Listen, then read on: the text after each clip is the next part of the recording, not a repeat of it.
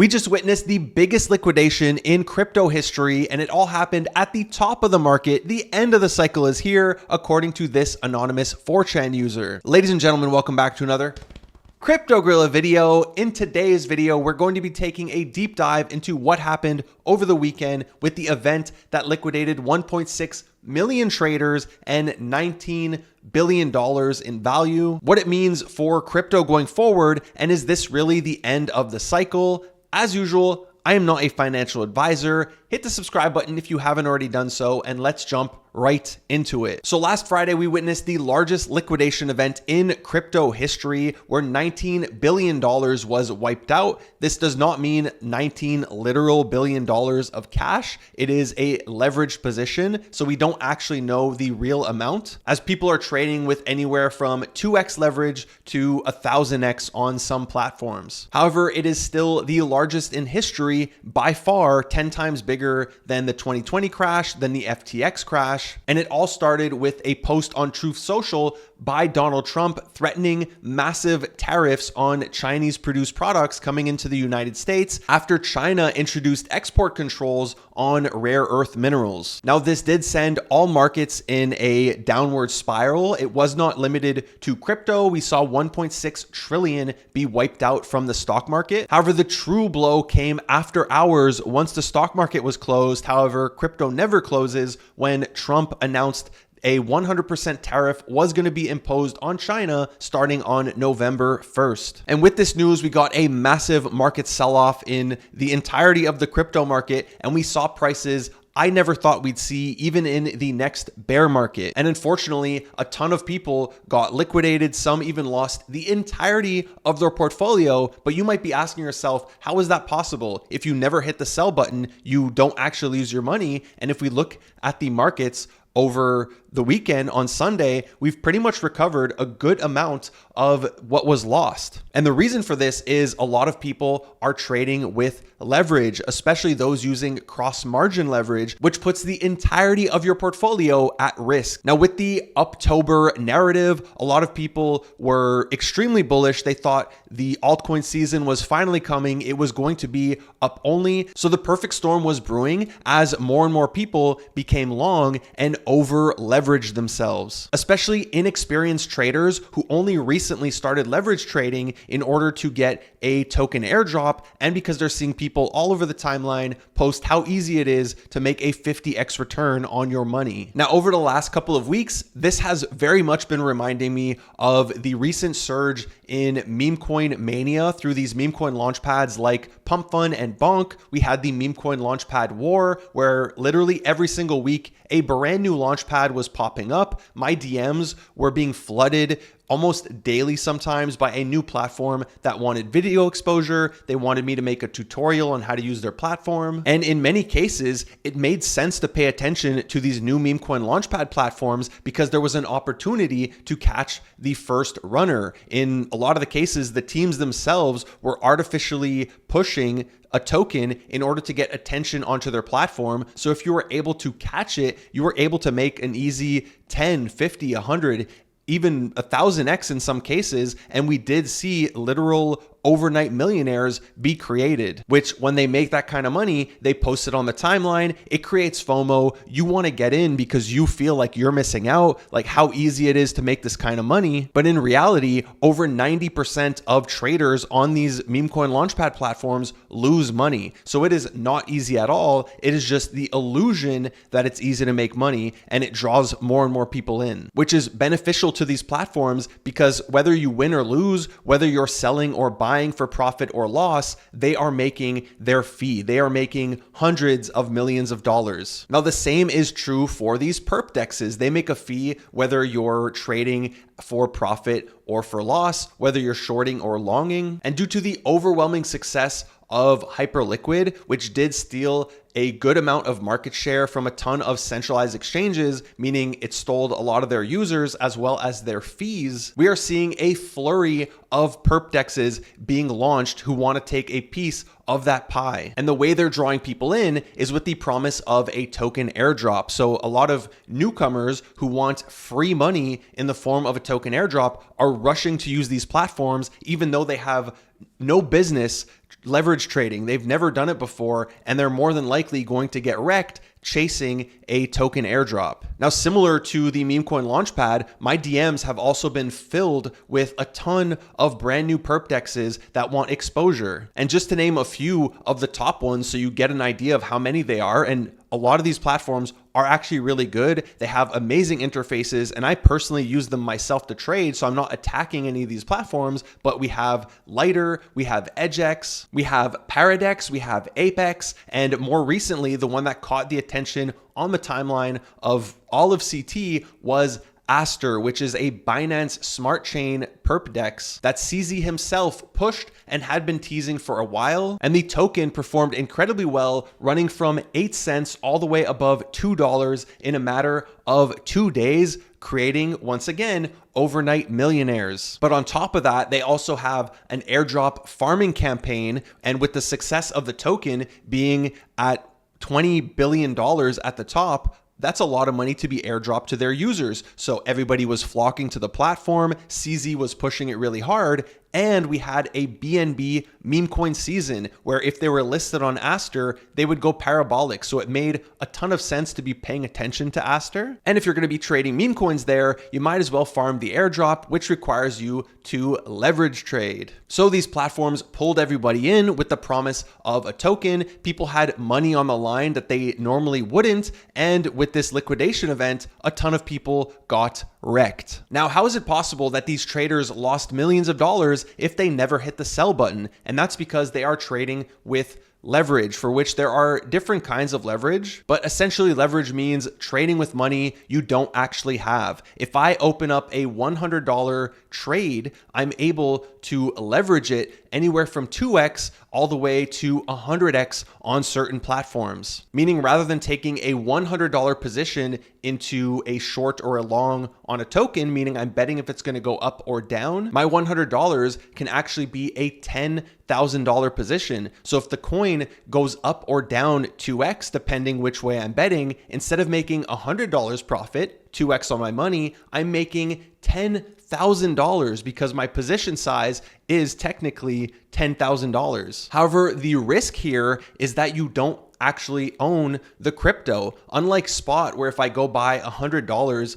of Bitcoin, I actually own the Bitcoin. And if it goes down 99%, all I have to do is hold it till it recovers and I'm made whole. Whereas when you're trading with leverage, if the token goes down or up, depending the direction you're betting, there is what's called a liquidation price, meaning if it hits that price, you lose your $100. Now that is the case for isolated leverage trading, meaning your risk is isolated to your position size, my $100. However, many platforms offer what's called cross margin, which uses the entirety of your portfolio as collateral for your trade. And the benefit here is my liquidation price is much lower than it would be with isolated leverage trading. So for example, if I'm longing Bitcoin and my liquidation price with isolated is $105,000, if it goes to 105, I lose my trade, I lose my position. But with cross margin, if I have $10,000 in my account and I only take a $100 position, my liquidation price might be $5,000, which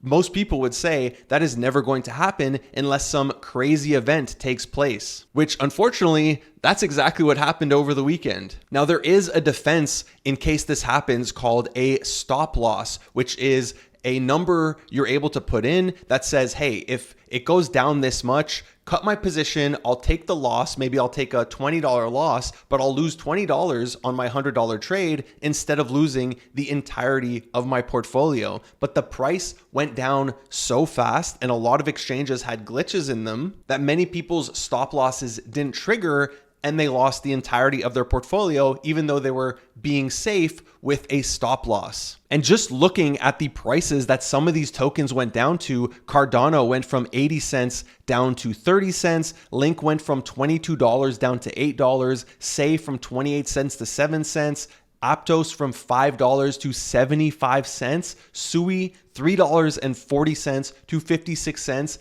and Atom went from $4 all the way to sub a penny, which these numbers depend on the platform you were trading on. However, we saw pretty much every coin go to insane prices. Here we have hyperliquid, which just recently was trading for $51, go all the way down to $20.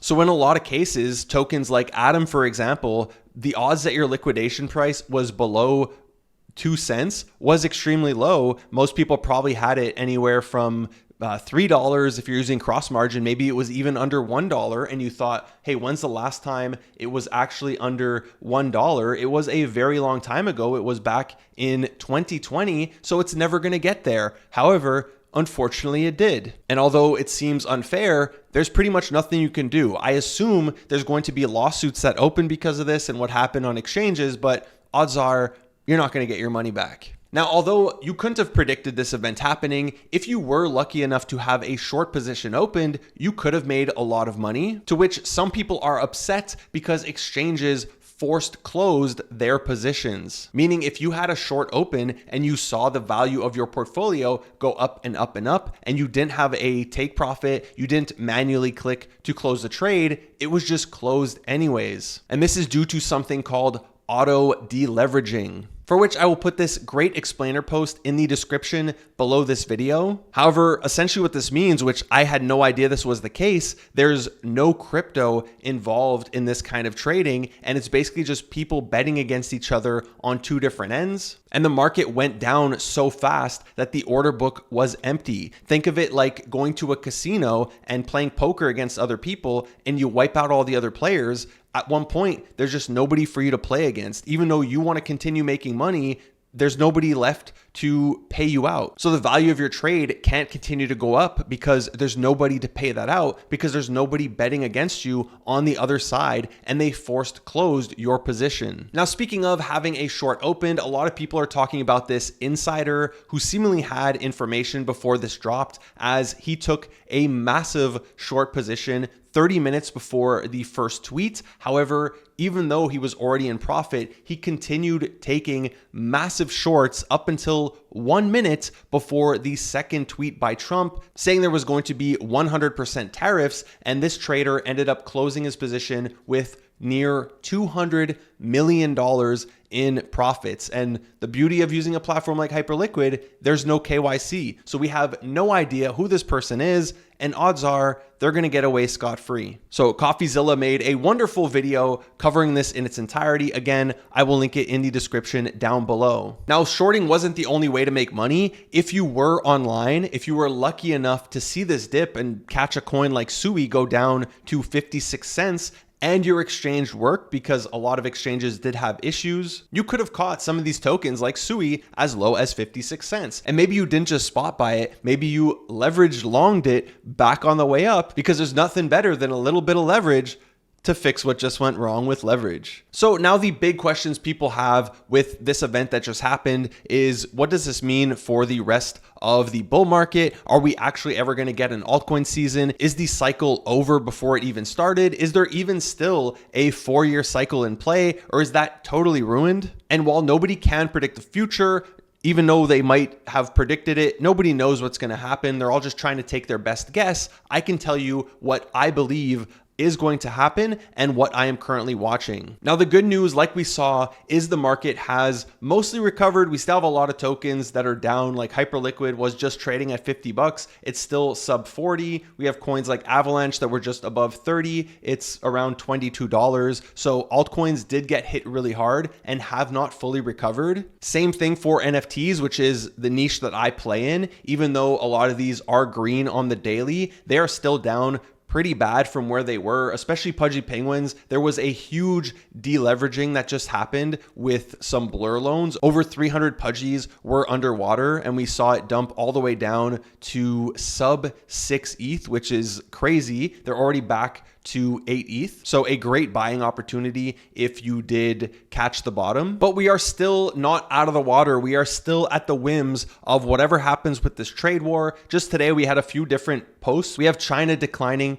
a call with the US. We have Trump trying to calm things down, which kind of also sounds like a threat. President Xi doesn't want a depression for his country, neither do I. And I think most people are unaware that the date of November 1st is significant, as on October 31st, we have the Apex Summit where China and the US are supposed to meet to discuss all this stuff. So I think both sides are just kind of bluffing and really pushing each other as they enter into negotiations. And it's us, the market participants, who are going to suffer as a result until they figure all this stuff out. Now, as for the tariffs, it seems like the market is not buying what Trump is saying. The poly market odds that the tariffs are actually going to go into effect on November 1st are currently down to 15%, which gives you an idea of the sentiment of the market. So hopefully this does not happen. Hopefully we do get rate cuts at the end of the month and everything is positive and we can continue moving up. And in my opinion, all this happening has not changed the market fundamentals, and this was just another mega leverage flush out. Now, in terms of the cycle being over, I did see this post